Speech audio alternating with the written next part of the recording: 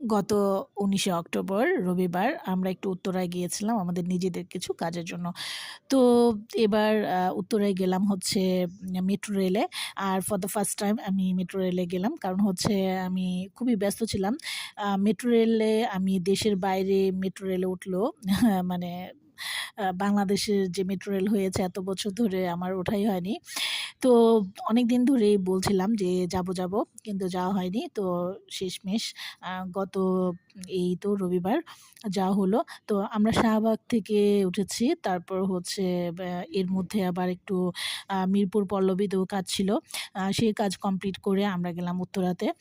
তো যেতে প্রায় ২০-২৫ মিনিটের মতো লেগেছে। তো এটা ভাবা যায় ঢাকায় কিন্তু মেট্রো রেল বলি মেট্রো রেল একটা আশীর্বাদ বলা যায়। কারণ হচ্ছে নরমালি আমরা যে শাহবাগ থেকে উঠেছি, শাহবাগ থেকে আমরা যদি উত্তরাতে যাই সিএনজি বা যেকোনো নিজেদের কারে গেলে প্রায় ২ ঘন্টা তো লাগেই। ১.৫ থেকে ২ ঘন্টা ১ ঘন্টা এরকম লাগে।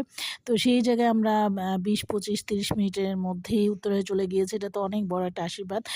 আর আমার কাছে অনেকদিন পর কেমন যেন একটু ফরেন ভাব লাগলো। কারণ আ জীবনের একটা বড় সময় আমি দেশের বাইরে ছিলাম। তো ওই সময়ে যেরকম বিশেষ করে জাপানের কথা বলছিলাম। তো জাপানে সকাল বিকাল এরকম মেট্রো রেলেই আমাকে যাতায়াত করতে হতো। তো অনেকদিন পর আবার সেই ভাইবটা পেলাম, ভালো লাগলো। তো এর মধ্যে আমরা নিজেরা ২-১ টা ছবি তুললাম। মানুষজন দেখছিলাম। আমি খুবই ভিডিও করছিলাম। আর ভিডিও করতে তো আমার ভীষণ ভালো লাগে। তো উত্তরায় গিয়ে কালা ভুনা নামের একটা রেস্তোরাঁয় গেলাম। খাবারের কোয়ালিটি খুবই বাজে আর খুবই এক্সপেনসিভ। আমরা কালা ভুনা, তারপরে হচ্ছে চিকেন, ভাত, ভর্তা, ভর্তা ভাজি, এই তো নরমাল যেটা আরকি ডাল থাকে। তো আমরা এই ঢাকায় মানে পুরান ঢাকায় ঢাকা সাউথে নরমালি এই খাবারগুলো খেলে এগুলোর দাম হয়তোবা ২০০-২৫০ আসতো। এখানে ওরা প্রায় ৳৫০০-৬০০ র উপরে ওদের বিল চলে আসছে।